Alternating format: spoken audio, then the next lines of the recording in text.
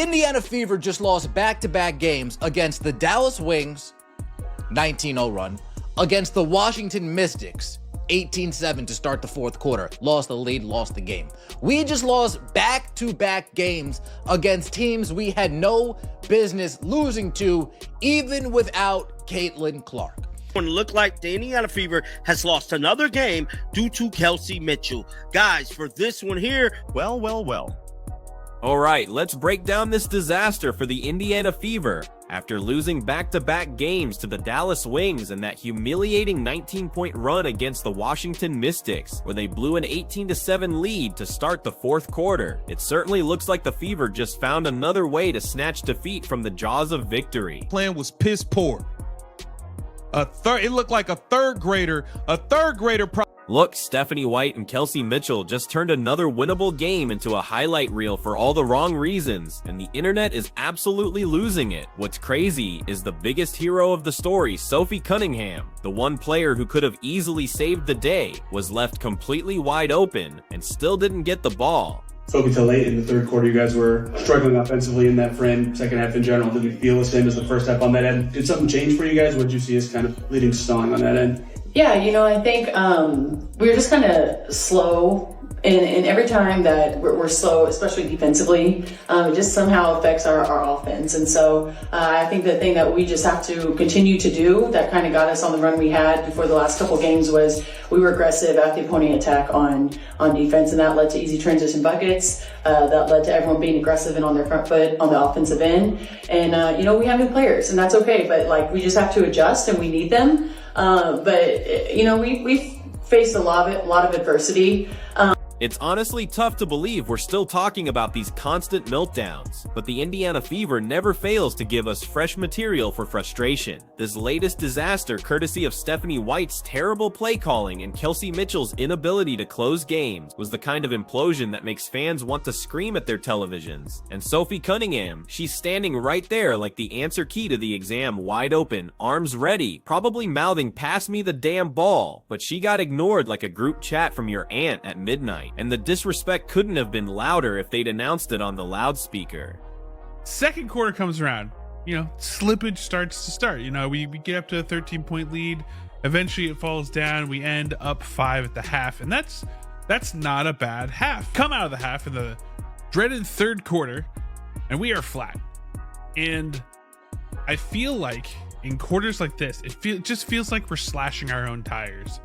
Like we are stifling our own momentum at every turn we can. Like the team came out and they literally looked like they were uncoordinated all of a sudden. Like they were just missing easy shots. They were overshooting. Like they were trying to draw fouls or something. I don't know what's going on with this team. So this is what happens when stubbornness meets bad decision making. Stephanie White clearly thinks Mitchell is her go-to closer, but in reality, Kelsey has the consistency of a vending machine that just keeps eating your dollar. And while Mitchell can definitely score in spurts, when the game is on the line, history has shown us exactly what happens. She clanks shots, forces drives, and fumbles opportunities like clockwork, because the numbers don't lie, and neither do the collective groans of Fever fans who have unfortunately seen this movie way too many times. Friend Carolyn Peck been, and where has the Indiana Fever are a more dangerous team without Caitlin Clark conversation gone? How come once the Indiana Fever suddenly stop that 5-game win streak, lose 3 of their last 4, how come Carolyn Peck has suddenly stopped showing up on TV? How come that narrative of the Indiana Fever are more dangerous without Caitlin Clark? Why has that suddenly stopped?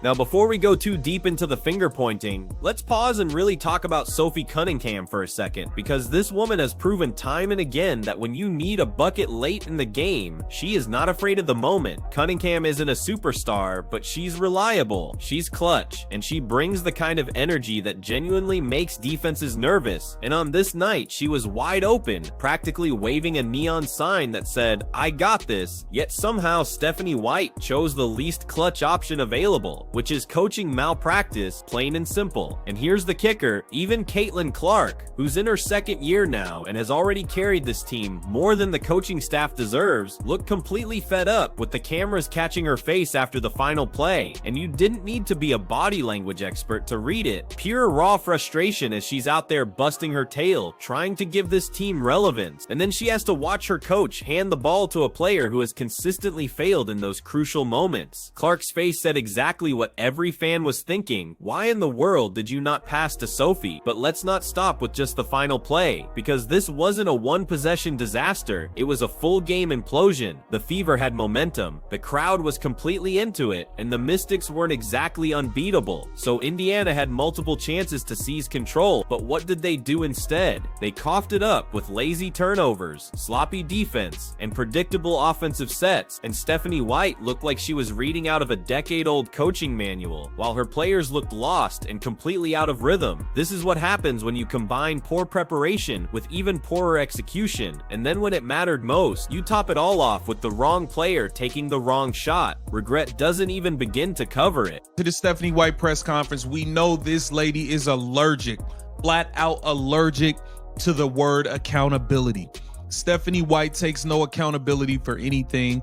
We are gonna watch her pass the blame to everybody. I have not watched it yet. I'm gonna see it with you guys. It also raises a bigger... Plus, fans were definitely not quiet about this either. Social media absolutely exploded the second that final possession ended, with clips of Sophie standing alone on the perimeter making the rounds like wildfire. And commenters were justifiably roasting both Mitchell and White for what might be the dumbest decision of the entire season. And to be fair, they earned every bit of that roasting. You can't blame the refs, you can't blame fatigue, you can't even blame luck, because this was 100% on the coach and the player who decided hero ball was a good idea. Now this raises a much bigger question. What exactly is Stephanie White's long-term vision for this team? Because from the outside looking in, it seems like she's more interested in forcing certain narratives than actually winning basketball games. If you truly wanted to win, you would have drawn up a play for Sophie Cunningham or Caitlin Clark, not Kelsey Mitchell. That's not disrespect to Kelsey. Well, actually maybe it is, but it's also just the truth, as at this point, Mitchell has shown us exactly who she is. She's not a closer. She's not reliable under pressure, yet somehow she keeps being handed the keys at crunch time, which is just insanity. And if you're Sophie Cunningham, how do you not feel slighted? Because you did your job, you spaced the floor, you got yourself into position, and you were ignored for absolutely no reason other than stubborn coaching. And that's the kind of decision that makes players lose faith in leadership, and once that faith is gone, good luck getting it back. The locker room dynamic has to be tense after a loss like this, especially when everyone knows who should have taken the shot and who actually took it, because you can't hide from the film and you can't hide from the truth. Sophie was the answer and they ignored her. We also have to talk about the standings, because the Fever aren't exactly secure in their playoff positioning and every single game matters. So dropping games like this doesn't just hurt morale, it hurts the math, as they're sliding down into 7th place, and if they keep this up, they're gonna back their way into the playoffs looking like a team that doesn't even belong there. And that's not fair to players like Caitlin Clark or Aaliyah Boston, who are giving everything they have, as they deserve a coach who knows how to close out game, not one who keeps repeating the same mistakes and expecting different results. The irony in all this is that Sophie Cunningham's clutch reputation is exactly why teams respect her. She's proven she can hit big shots. Opposing defenses know it, but apparently Stephanie White didn't get the memo,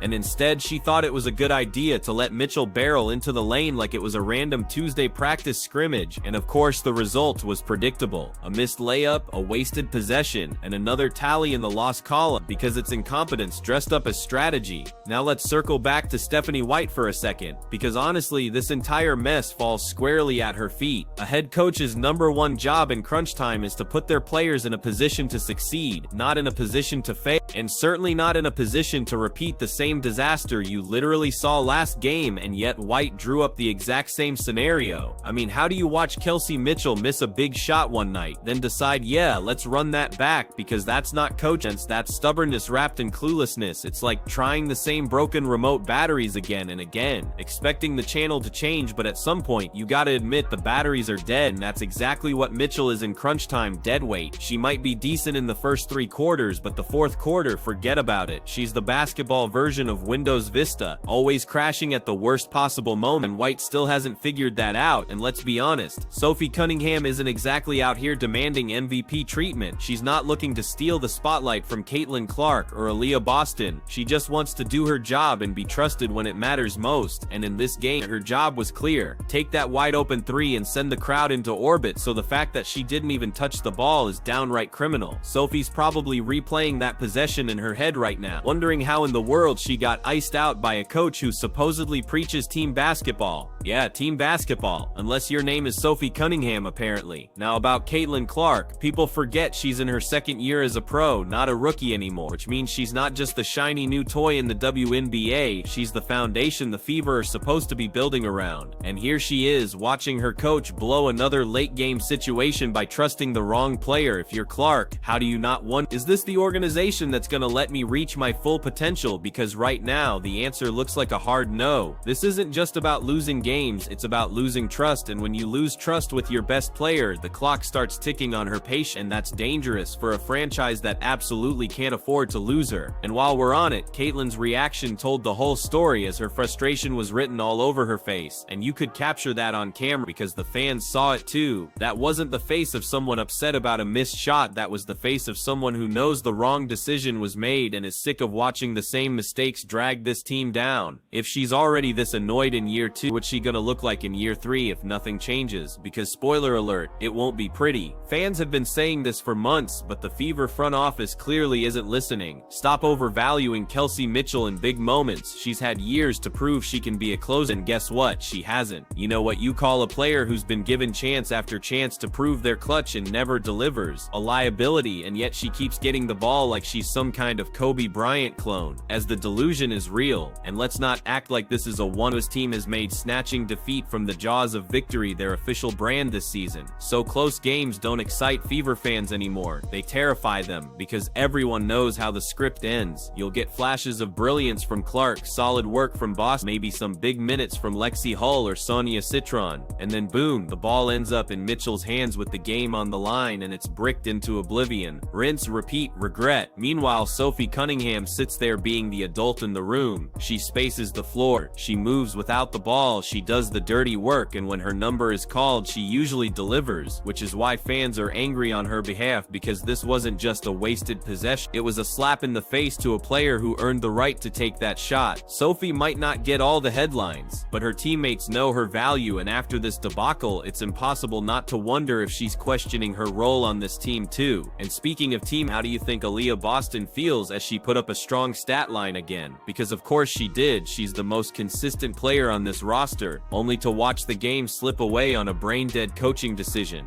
Boston deserves better, Clark deserves better, Cunningham definitely deserves better, but what they don't deserve is a coach who treats end-of-game possessions like a lottery ticket, just hoping maybe this time Mitchell won't screw it up. Spoiler alert, she will. It's even worse when you look at the standings, as the Fever are 18-16 now, hanging on to 7th place by their fingernails, and that's not good enough for a team with this much talent. And the losses aren't just losses, they're momentum killer, because you can't build confidence when every close game ends in disaster. By the time the playoffs roll around, this team is either going to be mentally fried or packing for Cancun, and you can thank Stephanie White and her brilliant strategy for that. Fans aren't stupid. They see what's going on. They see the wasted possessions, the poor decision making, and the stubbornness from the bench, and they're calling it out loudly. Social media receipts don't lie, as the internet roasted Mitchell and White after this game, and honestly, they deserved every meme, every sarcastic comment, every trade Kelsey now tweet, because this is what happens when you ignore the obvious. You get clowned, and they earn that clowning. The real tragedy in all this is the wasted potential, because this team has the pieces to be great. Clark is a generational talent, Boston is a rock in the paint, Cunningham is a reliable shooter, and even role players like Lexi Hull can make a difference. But when your coach can't manage the final 2 minutes of a game, all that talent gets flushed down the drain, and that's exactly what happened here. It wasn't about the Mystics being unstoppable, it was about the Fever beating themselves again. So here's the bottom line, Stephanie White and Kelsey Mitchell just handed the game away, and the regret is instant. White for making the call, Mitchell for bricking yet another clutch opportunity, and the entire team for watching Sophie Cunningham get treated like an afterthought. That's the story here, and unless something changes fast, this won't just be one bad night, it'll be the legacy of this team. Instant regret over and over again. So what did you think? Should Sophie Cunningham have been the one to take that final shot, or do you still trust Stephanie White's vision? Because from where I'm sitting, it looks like instant regret all around. Let me know in the comments, hit that like button, and don't forget to subscribe so you don't miss the next meltdown breakdown.